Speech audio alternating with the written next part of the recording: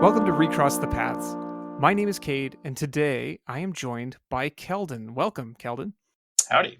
So, Keldan is of Washington Cube Champs fame, an inspiration to many up in the northwestern United States, so I've been told. But I'm so excited to explore some cube theory with you. Awesome. Yeah, I'm honored to be at least told as inspiration.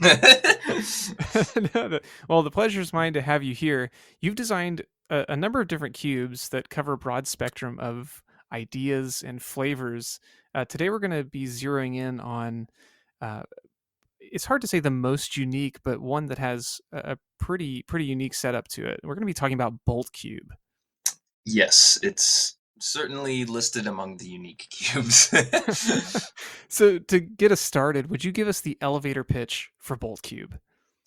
Yeah, the elevator pitch is I always say it's a cube where you start at 3 life and it's balanced. Or An sometimes important caveat. and or sometimes I'll joke that it's good because I think that when people hear that, they sort of immediately assume that it's a gimmicky format with, well, we're going to play this once and someone's going to bolt the other person. And it's going to be real funny. But, it's designed to have a lot more depth than that. So is it true that you designed this cube after seeing a cube where people started at 1 life and you said, I can do 3 times better than that? It's actually not. I started this cube design before I was really involved with the cube community. So I've seen, since designing it, obviously, people will be like, oh, have you seen this? Have you seen this? So I've seen like the sudden death cube and some other iterations of people who had come upon the 3 life formula like after doing my initial design. But it started out, I was at work with a buddy, and I just said, what would be funny? Um, and then, designed from there, which was probably about 4 or 5 years ago. So it's been a long iterative process. How did you land on 3 life as opposed to any of the other low life variants? Yeah, so I'll answer this question and potentially some other questions. I get a lot of questions about the numbers, and the answer is pretty much every number is as small as it can be, and then moved up to make games enjoyable. So I started at 2 life with 20 card decks and 5 card hands. Was I think how I started the very first version, and it was awful to play. Card selection aside, it was really Magic with 5 card hands is a lot worse. So I immediately went to 7 cards. Then players were milling out too quickly. The number of games that would end to natural decking was probably 30+% of the games. So I went from 20 cards to 25 to alleviate that issue. And then alleviate it while still sort of maintaining a end to games that go long. And then finally, I the cube started as a Jeskai cube for reasons I can get into, but tried just loving kind of playing with the idea. I tried a Jund cube at 3 life because I had a Jeskai cube at 2. I was like, I'll just do a Jund cube at 3 life, and that cube was way worse. But the 3 life was great, and so I just upped from 2 to 3, and that felt really good. The big thing being that it allowed 2 power creatures to not be insta kills, and it sort of there was just a small buffer where you could kind of you could take a hit, you could take 2 hits, which it's kind of hard to explain without playing a game how this works, but just being able to take a hit and then take another hit and not be dead from 1/1s is like a huge improvement to gameplay, and just letting like really impacts decisions and makes games a lot more enjoyable. Yeah, it changes the pacing so it's not just sudden death. Yes, it's close to sudden death, but you have to work for it with how things are balanced. And you noted that you were doing a lot of testing along the way. One of the things I've appreciated reading through your overview is that this is designed for small format drafting. Did that allow you to do more play testing because it's a smaller group required to get it up off the ground? Yeah, I posit that this is probably one of the most tested cubes out there. Typically, will have it was initially designed to be a 1v1 cube and is still played predominantly as a 1v1 cube. I've expanded it and tinkered with some things so that it can be both played as a 1v1 cube and with a pod of 8. But the primary form that it takes is one versus one drafts, and so we typically will get 2 to 3 of those a week. At our cube night, we'll usually have like 2 sets of 2 people doing it before the draft, and then like we'll get squeezed one in afterwards. So the number of reps that we get on it, outside of even focus sessions where we'll just play a bunch in a row, is however much multiple years of doing it at least 3 to 4 times a week is it's a lot. You even have a unique drafting format for this. I imagine that's something you came to through a bunch of iteration as well. Yes, it is also a bunch of iteration. This is not my favorite version of the two-player formats, but it's the one that it's still very functional and works from a numbers perspective, because there's a little bit of numbers that play into how the different pack sizes are established, and I can kind of explain how that format works. The current iteration of Bolt Cube does not include green, and you mentioned that you started with a different set of colors than it is now. How do we land here? Yeah, so as it was designed for 2 players, the specific mode of 2 player drafting that I really like is variants of pick and burn style drafting. So you'll open a pack, take card, burn cards, and pass to your opponent. They'll do the same and pass to you. I have found that these sorts of drafts lead to decks that are more focused and play more like actual drafts. Typical 1v1 drafts that are like grid style, or especially Winston style, lead to very sort of unfocused value piles with a lot of colors in them typically, which I really, it just is not a style of gameplay that I personally enjoy. um, and so the reduction of colors allows, basically the pick and burn style allows for what I find to be more interesting decks. But then the problem is, to see enough cards to have a low color deck, you have to do so. Like if I was going to 1v1 pick and burn draft, the typical style I use is pancake, which requires it's 9 packs of 11 cards, and out of a pack you'll take one, pass it, take two, burn two, pass it, and take two and burn four. So you get 5 cards out of 11. You do that 9 times for your 45. But that's a lot of cards that you're going through to achieve a focus deck. You have to burn a whole lot of cards. And for an assortment of reasons, one just being the total number of cards that I can like play viably with a balanced format, Bolt Cube needed to have fewer cards. And I didn't want to be going through as many cards. I wanted a tighter format. So I reduced the number of colors so that there wasn't, you wouldn't open a pack with a bunch of stuff you couldn't play. If you originally in Jeskai, you would look at a pack and, you would either be one of the 3 2-color pairs or a 3-color deck. And so you would at most have one color that you couldn't take. And as opposed to 2 or 3 colors when you're looking at a pack. So that was the big impetus for a lower color count. And then the jump from Jeskai, which is 3, to basically everything except for green at the addition of black, was to increase the cube size and allow for 8-player draft, because there was just not enough cards in Jeskai for a balanced format. So I added one color. Black was the natural color to add, just because it has interaction that I wanted to see in the format, and the creature base and the creature requirements for green decks are kind of a little antithetical to how Bolt Cube typically plays. So I added black, and then the addition of black did require me to restructure the 1v1 format to add more cards into it, because that exactly what I was saying was happening. Decks would just have a hard time getting enough cards. So I think I probably did like a 10 to 20% increase on how many cards was seen in the 1v1 draft after that addition of the color. And then it sounds like when you add more players to the draft, you also add a cogwork librarian. So like changing even further for more players. Yeah. So the Cogwork Librarian is partially for numbers, but also one of the things about Bold Cube is that it's very much a assembling sort of 2-card synergy packages or 3-card synergy packages with these sort of little archetypal things that your deck is trying to pull off.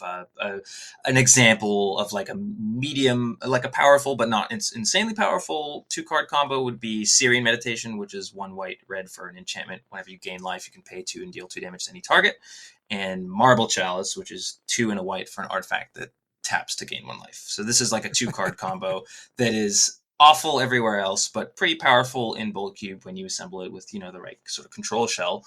And seeing cards like this or combos like this and picking them is something that in the 2-player variant, where there was a natural double pick in every pack of of your 8 packs, you would naturally sort of have a pack where you'd have a lot of options and pick 2 cards that sort of work together. That was very integral to the environment. And then when I migrated to 8 players, not only for a number of reasons did I want the cog work, but it allows for that same sort of feeling of like assembling these little 2 card synergies out of packs, because there's so many assembling of strategies or pieces that requires this. And so when you look at a pack and you take one, you'd spend a lot of time taking one and hoping the other one would wheel. And so the cogwork sort of alleviated a little bit of that pressure during the draft for the 8 players. You're describing some of these as pockets of synergy or as these small things that go together. Do you think of how the colors or themes are set up as archetypes in Bolt Cube, or is it something else? Yeah, so I don't really think about it in a color perspective. It's very much it's much narrower, even more so than say a cube that just has sort of larger macro archetypes or anything. Bolt Cube has like 1 card archetypes. I guess you could even draw parallels to Vintage Cube. The one of the natures of being at 3 life is that everything is kind of broken. Um, Yeah. cards are impressive not because they're broken, but because they were almost not broken. The number of cards that are like really cool for the format, but I had to cut because they were too good. It's a long list. I have a pile of weird cards that I had to cut because they were just a little too good. And it breaks my heart every time. But stuff like I in this most recent update, unreleased. The 2 cards I am about to cut are Tooth of Chisgoria and Death Knell Kami, which is it's 1 and a black for an 0/1, and you can pay 2 generic mana to give it +1/+1 until end of turn, and it dies at the end of combat after activating that ability. It also has flying. It sounds like that one won't matter much as a drawback if your opponent is dead. Yeah, it's a kind of card where again it's very unique and very cool for the format, but just with recent games I haven't it's been playing out in a way that I haven't enjoyed. So cards that are like I said, cards that are notable are ones that are almost not broken but are instead broken. So similarly, as to Vintage Cube, with like say an opposition, you get a lot of one like single cards that create these build around decks. So one of the coolest ones that I just love in this format is called Pia's Revolution, which some people may know that one, but it's Oh 2 and a yeah. red for an enchantment. Whenever an artifact goes into your graveyard, you can have your opponent pay 3 life, or your opponent must pay 3 life, or maybe take 3 damage to keep it in the graveyard. Otherwise, it returns to your hand. So typically, in a 20 card game or a 20 life game, players can afford to pay that for key artifacts and can kind of ignore it for other ones. In Bolt Cube, you can't pay that. Typically, there are some very cool interactions where your opponent will gain life specifically to pay and prevent a combo. That we've seen that happen, or even redirect damage. But typically, it allows you to do things like if you assemble it with a Mishra's Bauble, you can draw your deck, or you can, at one point, you could put together a Greater Gargadon and a 0 mana artifact, and repeatedly sacrifice that artifact to get a hasty Gargadon. These sort of like two, this control shell where you would basically have a Pia's Revolution and a lot of artifact based interaction, and then a couple combos. So that's an example of like a one card deck. But typically the way these decks work is it's got a piece like this, and then there's a lot of glue that is in the format that will play well with this card, but also plays well with a lot of other cards. Um, and also the decks being smaller, their deck size of 25 is really important to allowing these 1 card combos to work well. Um, the example of a card that's often underrated by new players in the cube and is really strong is it's called Voyager's Staff. It's 1 generic for an artifact. You can pay 2 generic and sacrifice it to exile target creature and return it to the battlefield at the end of turn. So it's like a slow flicker, no card draw or anything else on it.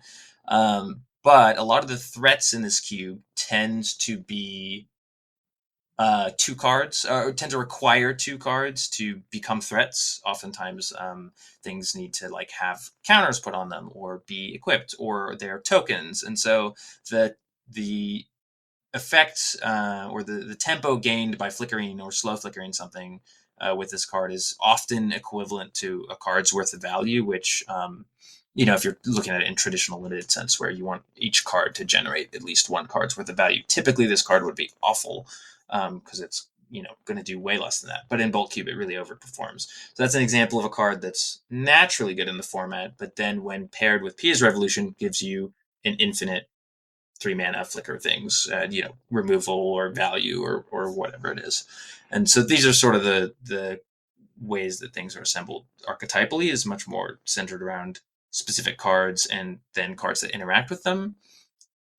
And then there are more broad things where I'll try to sort of seed some things in. So there's a bit of a proliferate archetype that's more archetypal. But again, it's really about seeding in cards with counters and then cards that say proliferate on it. And then players can pair these things. They only need one or two of them to make a synergy that's going to be effective to win a game. You already noted that there's a challenge to finding cards that fit in the power band you want, that aren't instant death at 3 life, but that also Mm-hmm. aren't either so slow that they fall behind on a tempo type axis like you're describing. How do you go about evaluating cards to try to find things that fit into this restriction? So a lot of it is through iteration, where I've essentially come to some rules that I've set for myself, but those rules have changed over time, and this has been again through iteration. The first version of the cube was like there was you were at 2 life and there was Isumaru's in the cube. It was it was very much a sudden death cube. It was like I play Isumaru, I play a blocker, you like I kill it, and then you die. And very quickly I was like, well, this is. I personally don't love Vintage Cube, because one of my experiences in Vintage Cube is you'll have like someone go Black Lotus. I This is an old example, but I would always be like Black Lotus, Jace the Mind Sculptor on turn one, like and then you're just so Yeah, far ahead, the game is over. Nowadays it's Minsk and Boo or something far more degenerate. But that sort of style of gameplay of like I do a thing, you don't answer it, I win, I find to be really unenjoyable. And so the challenge was, how do I take a format where you are start at 3 life and make it so that everything isn't just constantly that. because it sounds like that's the experience that you wanted to avoid. If people hear this and they think, oh, if you start at 3 life, you're just going to die immediately. Exactly. And you do still die quickly. But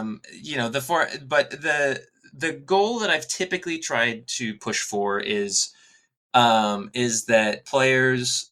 One of the things about it, there's a natural element, which is a player who is playing poorly or is or doesn't quite understand the format will still typically get run over. There's definitely a skill element to it, but good players, or not even necessarily good players, but like experienced Bolt Cube drafters will often make games of it. And the cards that I try to avoid are cards that do prematurely end the game without a lot of effort involved.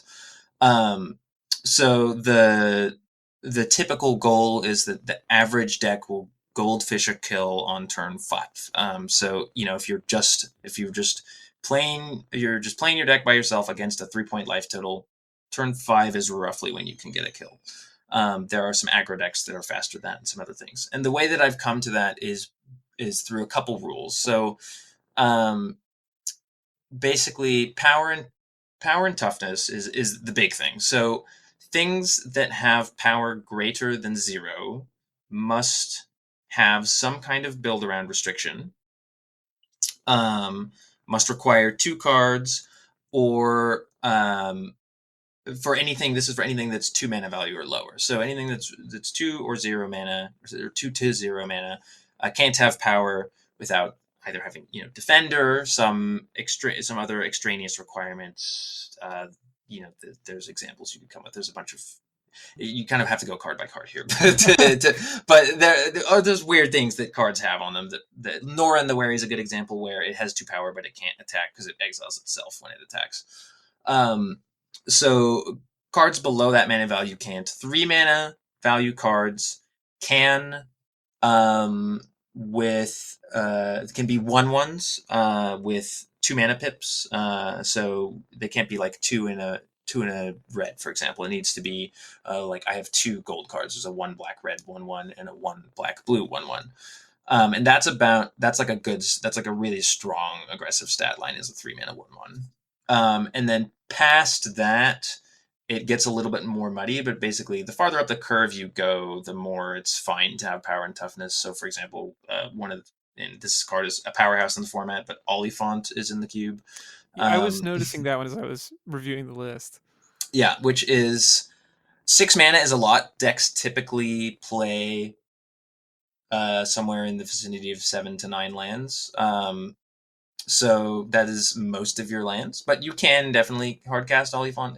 It's really a plant for reanimator decks, um, is what that is, and there's a couple other cards that are plants for that as well. But that's an example of a card that just has a bunch of stats, but it's 6 mana, and sort of the philosophy is, well, you know, if you got into 6 mana and you cast your card and then they don't kill it and then you attack with it, you Right. win the game. Good job. Games have to end. 6 mana for a 6/4 trample is a fine way to win a game in this environment, and typically difficult to achieve. Yeah, well, I appreciate how you have such a clear target in mind. I've heard commander players talk about that, and I think one of the most useful heuristics for evaluating powers of commander decks is what turn is your deck going to win on. So then having that as Mhm. something that you can say, I want a deck to, in a vacuum, land around here, I think is more useful than just like, I don't want this to kill you right away, which can be more vague. Yeah, and so I mean the cards that too easily, especially when one card is able to too easily break that rule, um, I will typically cut. So there used to be a lot of air quotes like build around 3 power creatures, and I've ended up cutting all of them because the way that it played out was if you couldn't do it, they were bad, and then if you could do the build around, you just played a three power creature. Um, Yeah. Examples of this would be like Cobbled Lancer, which is 1 blue for a 3/3, and you have to exile a creature as an additional cost. Or Vanishing Golem, I think is the name of the card. It's 2 mana for a 3/3 with Vanishing 1. And then whenever a creature enters the battlefield, you get to put another Vanishing counter on it. So, like, if you just play it and pass the turn, it dies. But if you say, like, play it and play an Ornithopter, you just have a 2 mana 3/3. Right. So in my head, for a long time, these were kind of interesting or unique build arounds. A more recent cut was Necrogen Scudder, which is 2 and a black for a 3/3 with flying. When it enters the battlefield, you lose 3 life. So this seems like a very cool build around, and like it's the kind of card that got a lot of laughs and like a lot of, oh wow, this is kind of crazy. And the idea is like you gain life or you do something, but the way that it played out is it's a 3 mana 3/3 with flying. If you do achieve the build around, you just play it, hit them once, and they die. And that wasn't like fun gameplay as much it was like interesting for players to figure out how to do it. Once it came to playing the games, it was like, oh, okay, well, I had a game where I went end of my opponent's turn, play dress down, untap, play Necrogen Scudder. I passed to them, they looked their hand, and then scooped. And I was like, well, that wasn't, that was like clever, but it wasn't fun. And so that card got cut, and some similar examples of cards got cut. And so I've really narrowed it down to the rule is that like things need to be either a lot of mana or just be smaller threats. Like they typically aren't one shots unless there's like a lot investment into them, and that's just come over time. Yeah, and I think a card like you described, or cards in that family that have such a high ceiling, but then also a really low floor if it doesn't work, probably aren't that appealing to play or draft. Yes, yeah, and so an example of a card that I typically hate in cubes that I actually love in this cube is Stifle, because typically Stifle is a card that has most of the time like a third of a card's worth of value, and then occasionally is like a 1 mana strip mine in cubes with fetches where you just stifle a fetch land.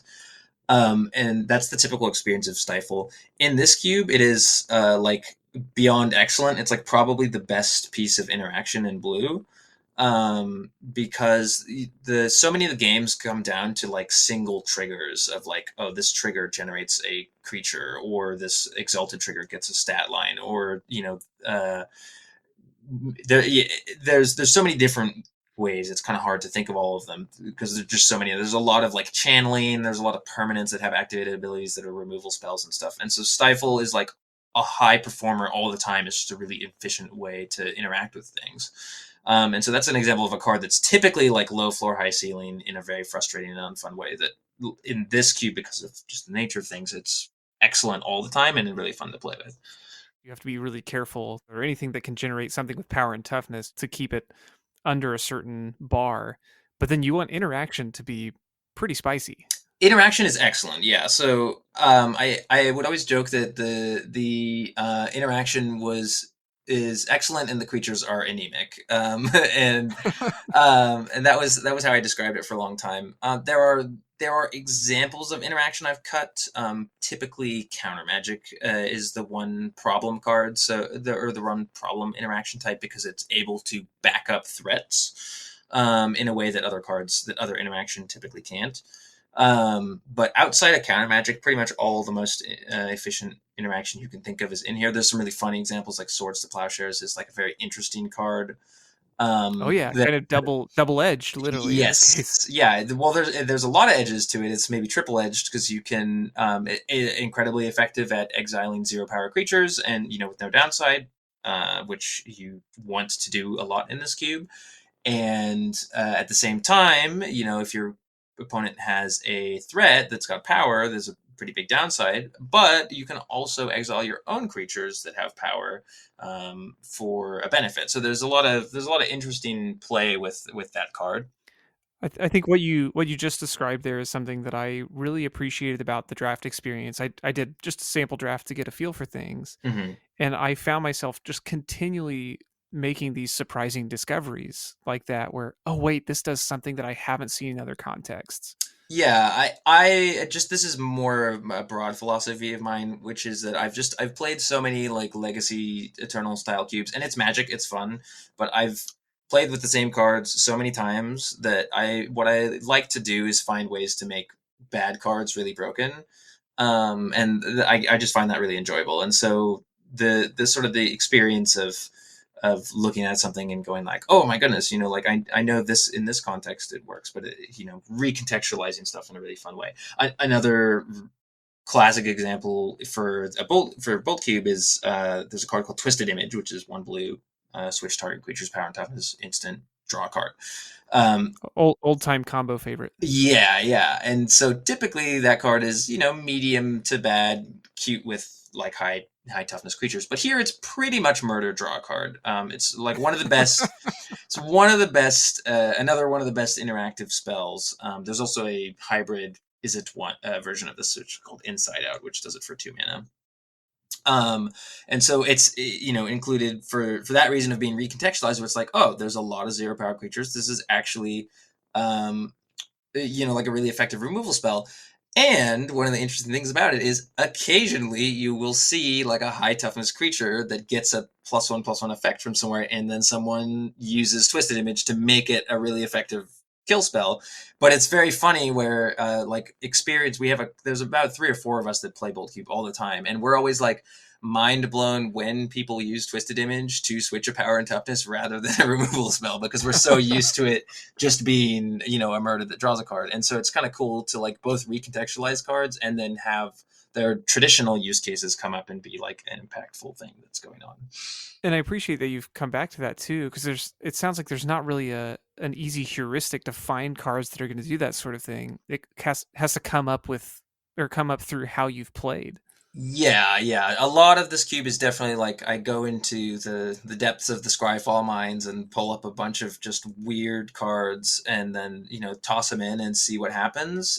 We get so many reps that I have like a very clear idea of pretty much what every card does. It's pretty rare that something surprises me at this point, but I really favor cards that have these kind of like 2 or 3 or 4 pronged interactions to just add a lot of depth to the gameplay and just the goal is for as many cards as possible. So I avoid like typical good stuffy cards. Like I could play Preordain and Ponder and all these sorts of things. They're fine for the power level, but I really try to only include things that have some like mechanical like grip to them. So I play Brainstorm specifically because it draws multiple cards to trigger a couple of these like cute draw two effects. Like Mantle of Tides is a 1 blue for Oh an yeah. equipment that gives +1/+2 to a creature and is equipped for 3. But if you draw 2 cards, you can equip it. I had a sweet game the other day where I like uh, cast a brainstorm, to use it as a combat trick and equip it. And that's the kind of thing that I'm looking to like find as many of these like little kind of edges that cards will mix together. And so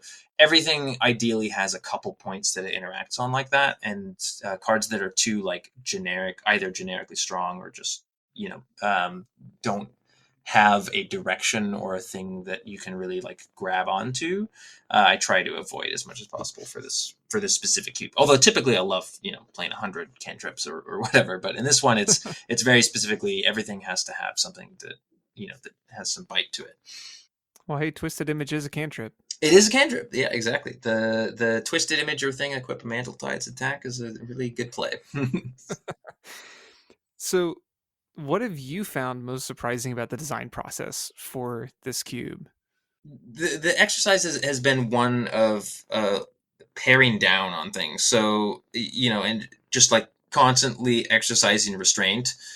And I think almost every time I've cut a power outlier, like the cube has felt better. This is not true of every cube, but this particular cube. I mean, it used to be a cube that was very novel, but I think not very fun to play repeatedly. So like the one of the biggest changes I think, or one of the biggest like ways that I put this together is that like counter magic in blue is obviously really strong in these kind of like high tense, like high tension environments where you're trying to sort of play on tempo and all of these sorts of things.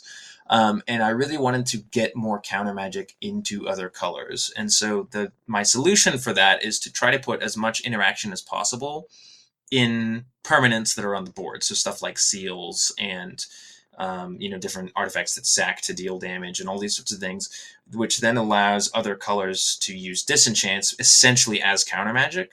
Because if you're playing your seal and your opponent disenchants it, it's kind of like your opponent trying to bounce something and you countering it. And so that process has been really surprising, just into how like granular you can get it and how focused I can take things down.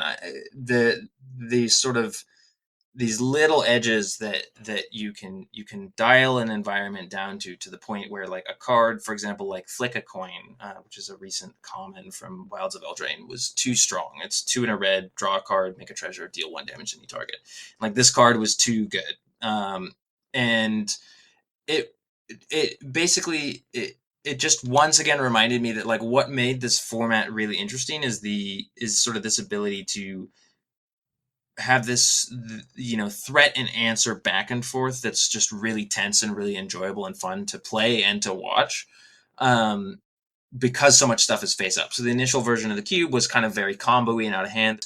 So there's all of these like cool things that were like conceptually interesting to the game, where it's like, oh, you're at 3 lives. So there's all these kind of cool like combos that you can do, but they just made for really terrible gameplay. And so the farther I've pulled away from that, and the philosophy that I really try to focus on, is making every play be telegraphed. So like if I'm going to do something, I'm going to put it on board first and then pass to you, and you have an opportunity to respond to it.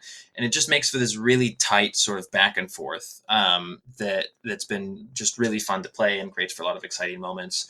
And so I think the most surprising things is how much you can dial that in, and how much you can change rules to dial in an experience, to just be about such minute things.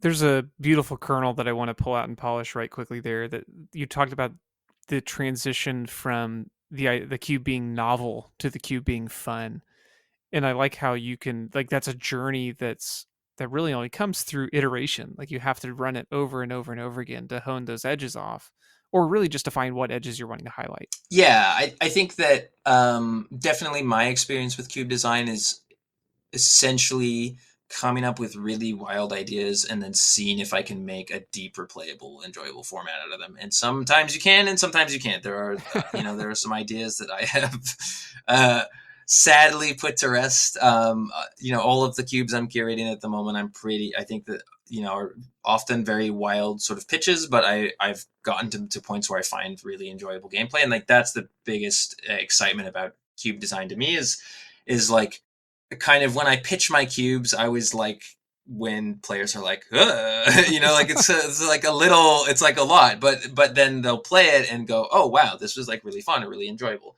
But it's definitely an iterative process. I mean, like I described, 4 years ago, Isamaru is at Two Life was how this started, and that was just awful. It was like truly terrible. And I think that there are other ways you can approach the cube too. I think you can add green. I think you can I think you can have a little bit more free, but what I've like free access to damage and life gain. I've played versions where you'll play, there's like the tapped lands that gain you a life, and there's damages more free and stuff. And I think that these versions exist, and I've played some of them, and they are interesting, but I've found that they typically are they're a little less refined, specifically in the way that like games are just much more swingy and much less dialed in. And so that process of constantly honing and dialing in is, I think, what's been the most fun about the format for me. So you noted that certainly Bolt Cube is a weird example for many, but what advice would you offer to other designers based on your experience working on Bolt Cube? I think that it's good to get excited about the novel stuff that your cube allows for, but also I think that you really have to pay attention to how games feel to play, and what gameplay is like.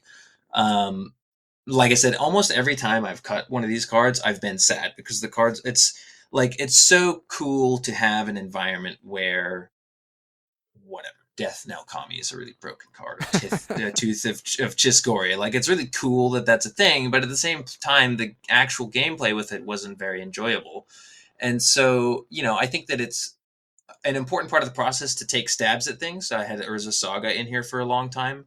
And it was strong, but like it was beatable, and I was like, this is kind of cool and interesting. And ultimately, I ended up cutting it. Um, but I took a stab at it, and there's some cards like that that I've taken stabs at that have actually been, have been great, and I continue to play and are super cool. But I think that there's this interesting tension between stuff that's novel and exciting, and stuff that makes for unenjoyable games, and trying to figure out how to ride that line. I think is just like a constant iterative process. But I think that I would say, like, don't be afraid to experiment things, but also don't get caught up in how like unique something is if it's making for unfun games. So Keldon, what's next on your plate as a designer? I am currently in the process of iterating my Bobble Cube. I was really unhappy with some things about it, and so I'm heavy in the process of reworking it. It was sort of a mixture of a cube that I wanted to be a lower power synergy cube and a legacy cube that I also wanted to have. So I've basically like chopped it in half, and I've taken all the sort of like high power legacy tempo synergy stuff that I wanted, a la Bun Magic or Bodleian, sort of this sort of spectrum, and separated it from this cube that just wants to have a bazillion Mishra's baubles and like kind of go crazy. And so I'm in the process of establishing two different goal sets and trying to like break this cube apart. So we just did our first test draft last 2 weeks ago, and I'm going to do some iterations probably tomorrow and get another one up and running. But it's been very fun working on it. But it's a lot of iterations to come. So that's kind of my big project at the moment is those two cubes. We had one card that I really desperately wanted to be good in the bubble cube that it was so bad that it's been demoted to being a bolt cube build around. So in my next update, I'm going to be adding a card from Bolt Cube to Bolt Cube. It was just so god awful. I was like, well, maybe this will be a good Bolt Cube build around. We'll find out. Well, that's kind of Which nice. for the card, because people will wonder, the card is Bludgeon Brawl, which is 2 and a red for an enchantment. It makes all your non-creature, non-equipment artifacts into equipments that are plus X plus O, where X is the mana value, and equip for X, which is the mana value. So the goal in Bobble Cube was to make all your baubles into equipments, and then equip onto like things that get bonuses. And it was just abysmal. It was so bad. So I was like, wow, this is so bad that maybe it's like an okay Bolt Cube build around. So, that's how I find my source my build arounds. Yeah, but that's so nice that you have another environment to just immediately drop it into and test. Yes, yeah. I try to curate a number of environments to where any weird card like that I think is cool, I have a home for somewhere. by way of wrap up, if you could have any card printed as a judge promo, or as you suggested, a one card secret layer, what card would it be, and who would you have do the illustration? Oh, I have definitely thought about this a lot since you told me. Let's see. So I'm torn on the artist. I'm a huge fan of Jesper Ising. I think his artwork is really underrated. It's very understated, but the pieces are really gorgeous. So I maybe would go with Jesper.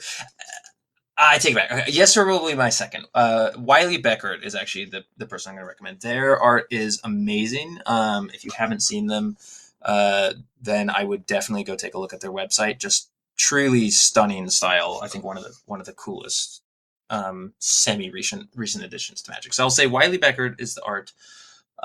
Is the artist. As for the card, Containment Construct, it's my favorite card. I, I love Containment Construct, so that's going to be the one. It goes into every cube where it's not broken because it has 2 power, um, and so that'll be my pick. Wiley Beckert art on Containment Construct. Perfect. And it would go in all of your cubes except the one we Oh just my talked god, about. would not go in Bolt Cube because it would be far too broken. But every other cube, I would slam it post haste. Well, Keldan, this has been an absolute treat, and it feels like there's so many different things to continue to explore. Hopefully, we'll have more chances to do that in the future. Yeah, thank you for having me. I love any excuse to talk about Cube. It's always fun to highlight the weird and wacky stuff in my brain for these projects. If people want to learn more about Bolt Cube or any of the other projects that you've referenced, where would be the best place to point them? I when it comes to Cube, I'm most prolific on Discord. My handle there is the Oinkinator. So you can reach me there. I think you'll have a something in the show notes. So if you want to talk about Cube, if you happen to be a Cube player in the Seattle area, we run a pretty large Discord where we try to coordinate stuff. And if you're not in it for some reason, I'd love to have you. Or if you're passing through ever, that's where we do a lot of our cubing is in that area. But I have been and intend to be at more of these all of these awesome cube events happening all over the country. So maybe catch me there. I'll be at CubeCon this year. I've got 2 of my cubes in the main event, which is exciting. Very grateful to those getting voted in. Um, but yeah, for anything, Discord is definitely the best place. Well, perfect. And hopefully, with your upcoming events, we'll have a chance to cross paths here soon. Yeah, I'm looking forward to actually meeting you in the meet space, as it were, as opposed to just online. Well, perfect. Well, Keldon, thank you again for your time and your passion about this project. It's really fun to explore. Awesome, yeah. Thanks for having me.